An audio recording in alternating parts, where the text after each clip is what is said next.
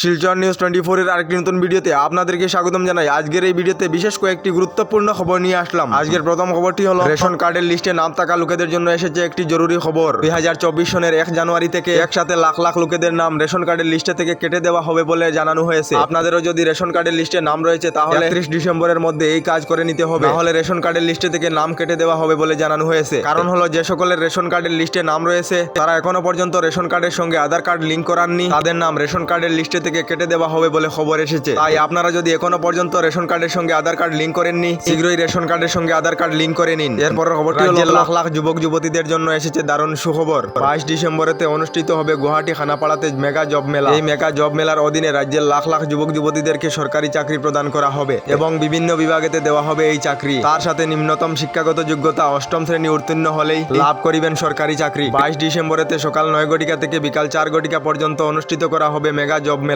8ম শ্রেণী উত্তীর্ণ হলেই চাকরি লাভ করিবেন, 10ম শ্রেণী উত্তীর্ণ হলেই চাকরি লাভ করিবেন এবং আইটিআই ডিপ্লোমা যে কোনো স্নাতক ডিগ্রিধারী যুবক যুবতীদেরকে সরকারি চাকরি দেওয়া হবে বলে খবর এসেছে। এরপরের খবরটি হলো প্রধানমন্ত্রী নরেন্দ্র মোদীর বড় ঘোষণা। খুবই শীঘ্রই দেশের ছোট ব্যবসায়ী সকলদেরকে ব্যবসা বড় করার জন্য কেন্দ্রীয় সরকারের তরফ থেকে লোন প্রদান করা হবে বলে খবর এসেছে। এই লোন প্রথম পর্যায়ে দেশের 80 লাখ ব্যবসায়ীদেরকে প্রদান করা হবে বলে জানানো হয়েছে। তো এই লোন কারা নিতে পারিবে এবং এই লোন নেওয়ার কি কি নিয়ম রয়েছে তা নিয়ে কোনো আপডেট আসলে আমি আপনাদেরকে জানিয়ে দেব। এরপরের খবরটি হলো দেশবাসীদের জন্য এসেছে একটি জরুরি খবর। লোকসভায় দেশবাসীদের জন্য 3টি নতুন আইন গৃহীত করা হয়েছে। এই নতুন আইন অনুসারে গণহত্যার জড়িত থাকা সকলদেরকে ফাঁসি দেওয়া হবে এবং নাবালিকার সাথে ধর্ষণে জড়িত হলে যাবজ্জীবন কারাদণ্ড দেওয়া হবে এবং হিট এন্ড রানের অভিযোগে 10 বছর পর্যন্ত কারাদণ্ড দেওয়া হবে। লোকসভায় এই 3টি নতুন আইন গৃহীত করা হয়েছে বলে খবর এসেছে। লোকসভায় এই 3টি নতুন আইন গৃহীত হওয়া শুনে আপনাদের কেমন লেগেছে কমেন্টে একটি করে জানাবেন। এরপরের খবরটি হলো দেশের মহিলাদের জন্য উচ্চতম ন্যায়ালয়ে বিশেষ একটি রায় নিয়ে এসেছে। এবার থেকে মহিলা সকলদের উপরে কেহ যদি নির্যাতন চালায়